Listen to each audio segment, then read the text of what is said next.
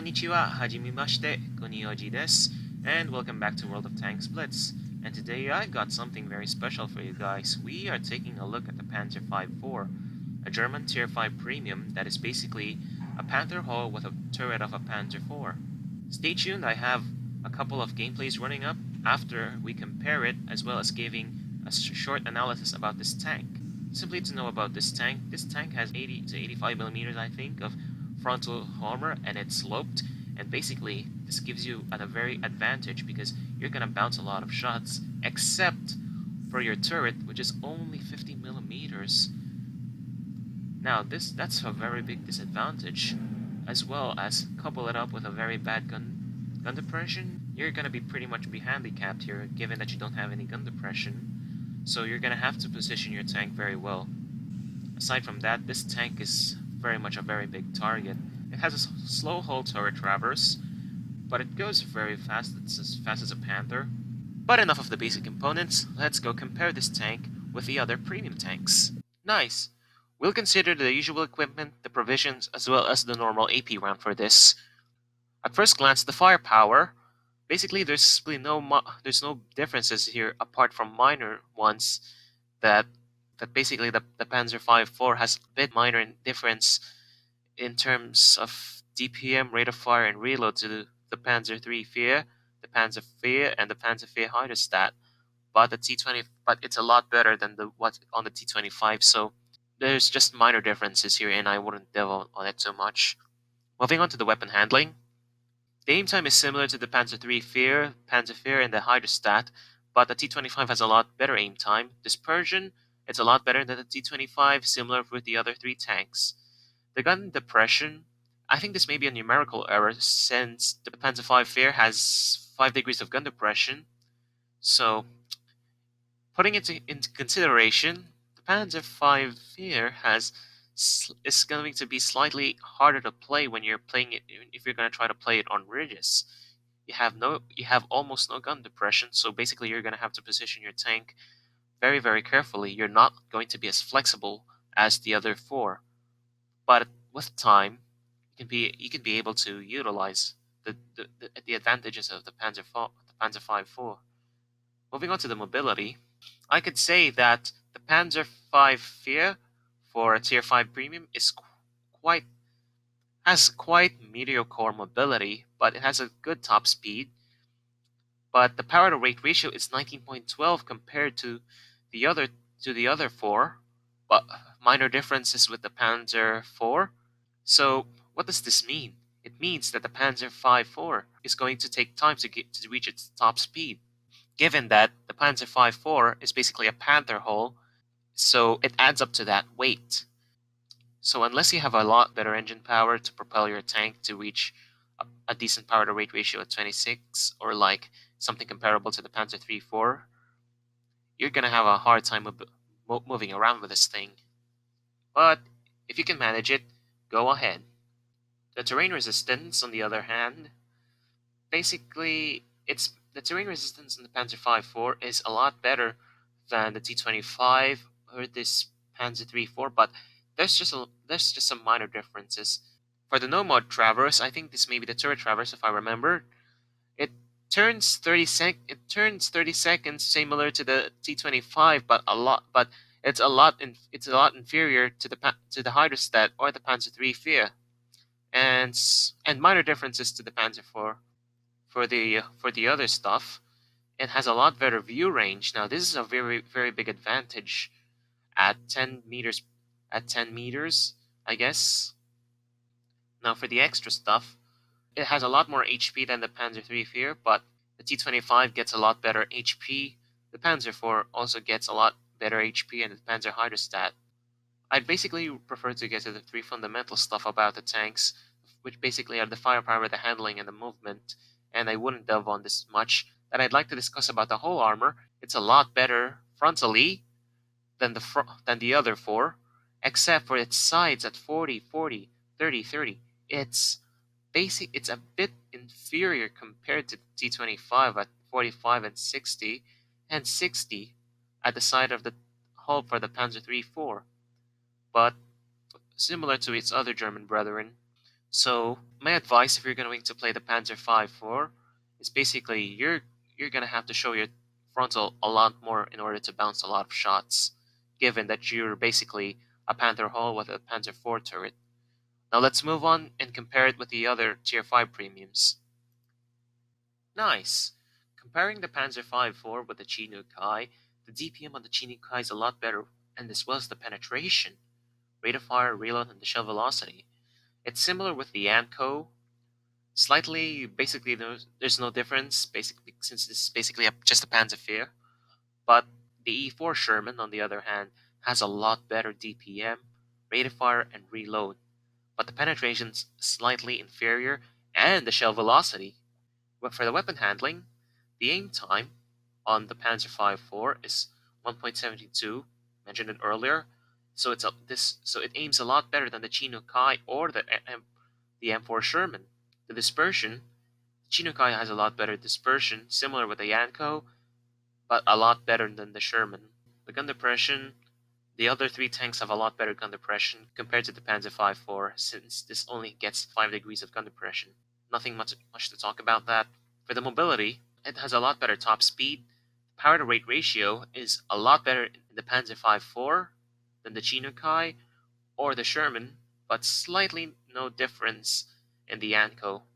Its terrain resistance, it's slightly not good compared to the Chinook Kai, but a lot better than the Anko and a lot better than the Sherman. Turret traverse, basically the turret traverse is slightly very slow compared to the Chinook Kai or the Sherman, and slightly a lot better in the Anko. So that pretty much sums the Panzer 5-4.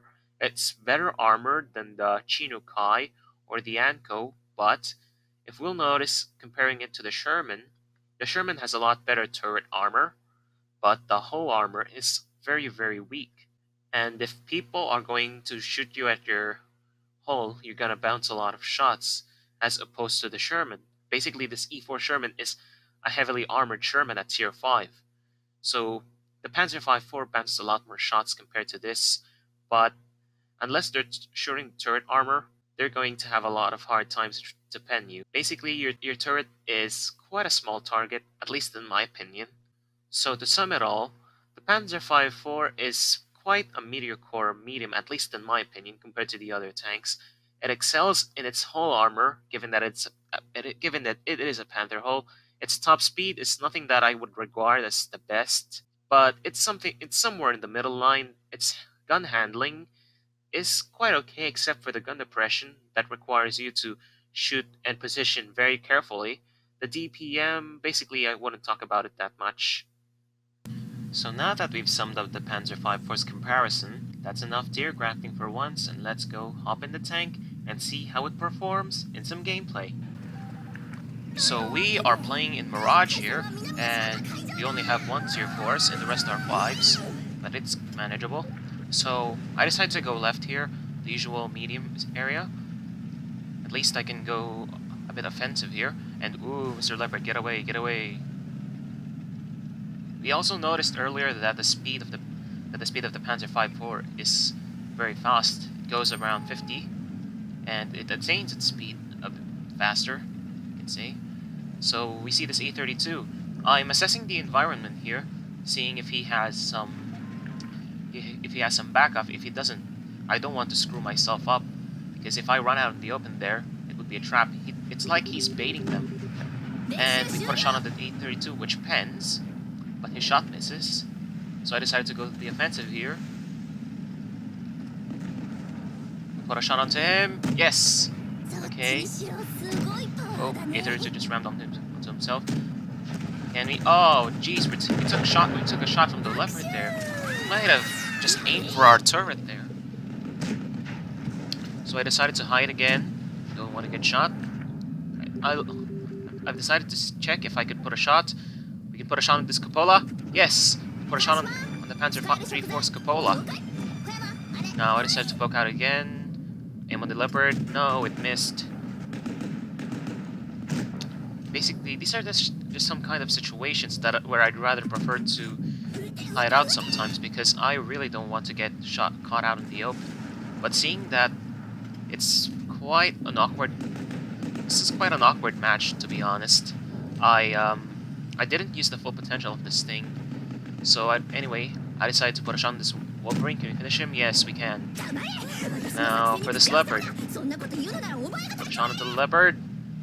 Yes, we can. Can we ram him? Can we ram him? Come on. Oh no, oh no. Oh well. Well, at least we got this match in the bag with 2 kills.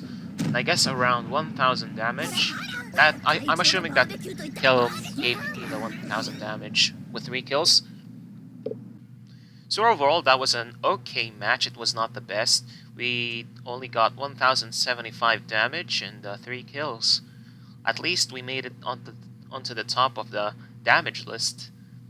But enough of that. Let us go into some more gameplay. So we are at Fort Despair this time, and seeing that we're again on the top of the list, we decided to go aggressive here. Pretty much if you're playing on the Panzer 5-4, you're always going aggressive on this if you want to make use of its strong frontal armor. So our team spots the Panzer 4D. We decide to go try to do some flanking here. We see the S-35C. We see the S-35CA. Can we flank around him? Yes. Can we finish him off? No, not exactly. But now we shift our focus on this Panzer 4D. Can we put a shot into him? Yes, we can.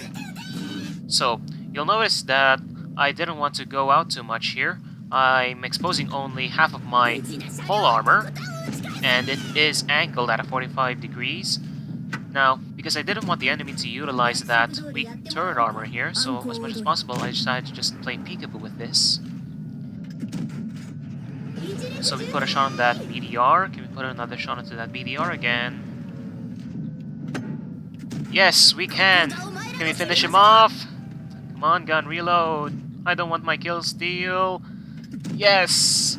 Okay, now we shift our focus onto this DW2. Can we put a shot onto him? Can we? Yes!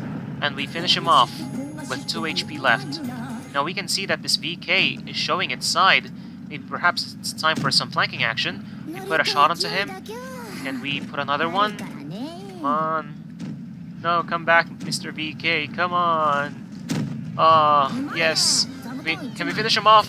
Please, come on, gun, reload. No. But we can see a Panzer III there. I decided to go ram on this guy. I wanted to show the ramming capabilities. Ramming speed! No, we left him at 3 HP. Ah, that was disastrous.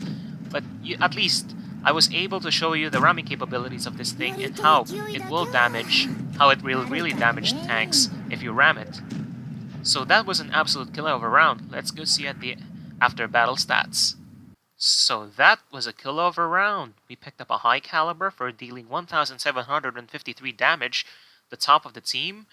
We also grabbed a Confederate medal for shooting many of the enemies as possible and killed 2.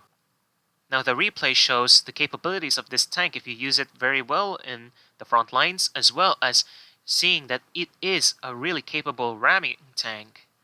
So it's come down to this point after we've compared the tank as well as seeing how it performs in some gameplays.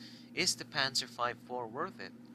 Well, the Panzer 5-4 is currently around 2,400 gold, and if you guys are looking for you guys are on a budget and you guys want to find a suitable premium, you guys want to ram, you guys want to bounce a lot of shots in tier 5, or you guys want to rule the tier 5 battles itself, I definitely would recommend the Panzer 5-4. It's a fun tank, I love it, and I hope you guys will. So hopefully you guys enjoyed this video, and if it was helpful, please consider giving it a like down below, subscribe, and let me know what you guys think of the Panzer 5-4 in the comments below. Is it bouncy? Is it something that you guys really love? Is it something that you really recommend? And as always guys, thank you so much for watching, for tuning in. You've all been epic, and hopefully I'll see you in the next video and in the battlefield.